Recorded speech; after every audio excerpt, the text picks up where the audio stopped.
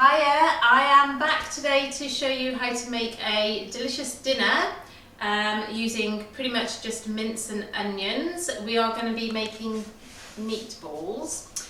Really nice and simple. I have some pork mince and onion, which I've already chopped finely using my mini food processor. If you don't have a mini food processor or even a large food processor, then you can chop the onions, but you want to make them as fine as possible. And if you are getting the children to help with this, you could always use spring onions and chop them really finely. Using scissors is good, but you don't want big chunks of onion. So the onion is going to go into a large bowl with the mince. There. Let's get that all in. Onions, mince, and I will just use the knife to get rid of that paper so I haven't touched any of the mince. If you're doing this with children, please make sure they understand about the raw meat. So mix the mince and the onions together. And as usual, a little bit of black pepper. And mince goes really nice with sage, so I'm going to pop in a little bit of dried sage. If you have some fresh sage in the garden, even better. I'm not so good at growing things, so we're using dried here.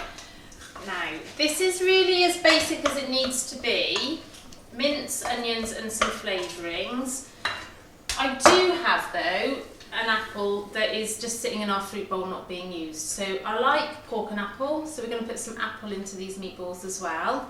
This is just to show you that you can adapt recipes to suit yourself. We're going to do, I could put this through the food processor as well, or I'm going to grate it, and I'm going to grate it with the skin on. So just carefully grate down onto the chopping board, into as far as this, and then give it a turn and go the other way. Now, obviously you need to be very careful grating. They are sharp, just as sharp as knives, and I think sometimes people forget about that. Once it's all gone and grated, this will go into the mixture, but it's quite wet, so apples and onions give off quite a lot of moisture when they're chopped. So what I'm going to do with this apple is just squeeze it so that we've got rid of the excess moisture into this bowl. Now, that's delicious, you could drink that, it's not a problem, don't need to waste it. And then the apple goes in with the pork and the onions and the flavourings. So this is it, this is the main mixture. Obviously I'm going to get my hands in here now and bring it all together. Now, like I say, you can put whatever flavourings you want into here. Like I say, I've gone for a bit of apple and a bit of sage, but you could go for mustard. You could add in an egg and breadcrumbs to bind it. Can't think of anything else right now to go in there, but go crazy, put in what you like. Some spices, bit of chilli if you like some spicy ones, and I'm using pork mince because that's what I had, but you can also do this with any other kind of mince and adapt your flavourings to suit. Once you've got that all together, nice brought together, you just want to make small meatballs out of it.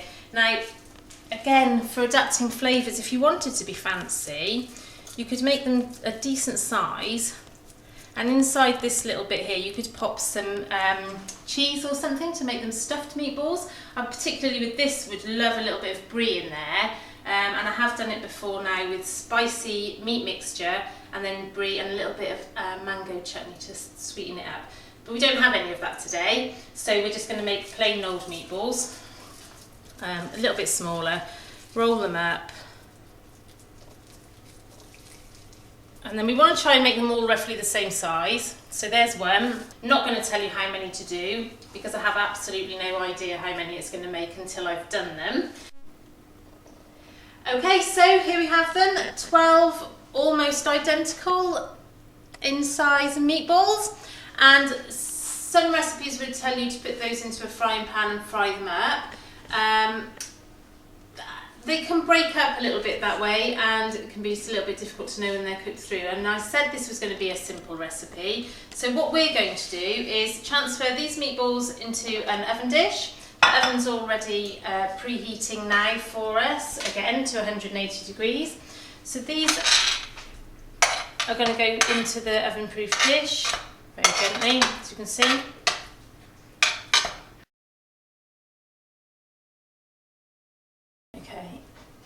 And all I'm going to do with this is pour over a passata.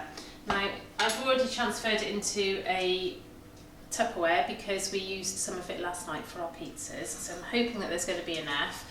We're just literally going to pour the sauce over the meatballs, and this is going to go into the oven. Now, if I had longer, or I was feeling a little bit fancy, or this was a special meal, I would make my own tomato sauce, and there'd be onions in there and maybe some chilies, garlic and beautiful flavourings. But this is a midweek quick meal, so today we're settling for just the passata. You could add in some extra black pepper, Worcester sauce, flavourings again like that if you wanted to. I'm just going to cook it as it is with the tomato sauce. And then for the final sort of 10 minutes maybe, I'm going to throw in a little bit of spinach just to give it a little bit of extra colour. So these meatballs, covered in their sauce, are going straight into the oven where they'll be just left to cook for about half an hour. I'll give them a turn over halfway through the cooking time, and just then to know that they're cooked, you'll need to cut one open and make sure that it's cooked all the way through and hot.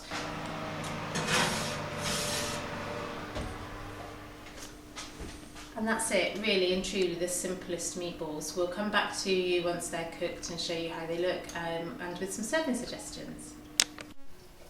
Okay, so these have been into the oven for about 45 minutes, and I'm now going to take them out. That's how they look. I did open the oven and pop in 2 handfuls of spinach just about 5 minutes before the time was up. They didn't take a lot of time at all for the spinach to wilt down.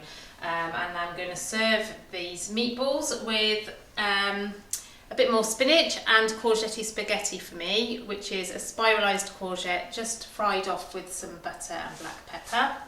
And my husband, less traditional, is having rice and a little bit of spinach hiding in there as well. Probably most of you would serve meatballs traditionally with pasta, but again, just showing you that you can do whatever you want with your dinner. So serve them up.